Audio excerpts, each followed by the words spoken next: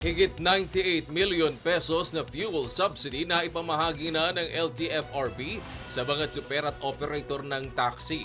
Mabante sa balita, Abante reporter Lian Bustillos. Lian.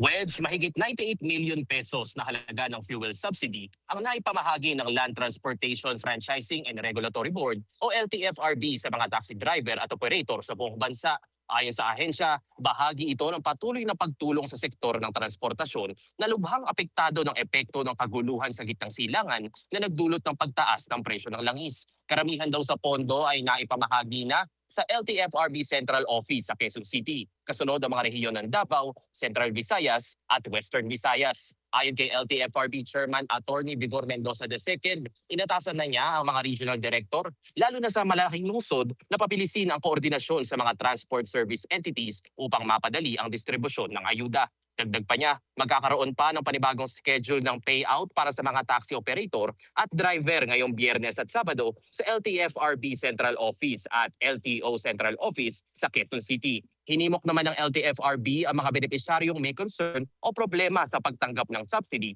na huwag mag-atubiling makipag-ugnayan sa kanilang hotline at official social media accounts. Ako, si Lian Bustillos. Abante!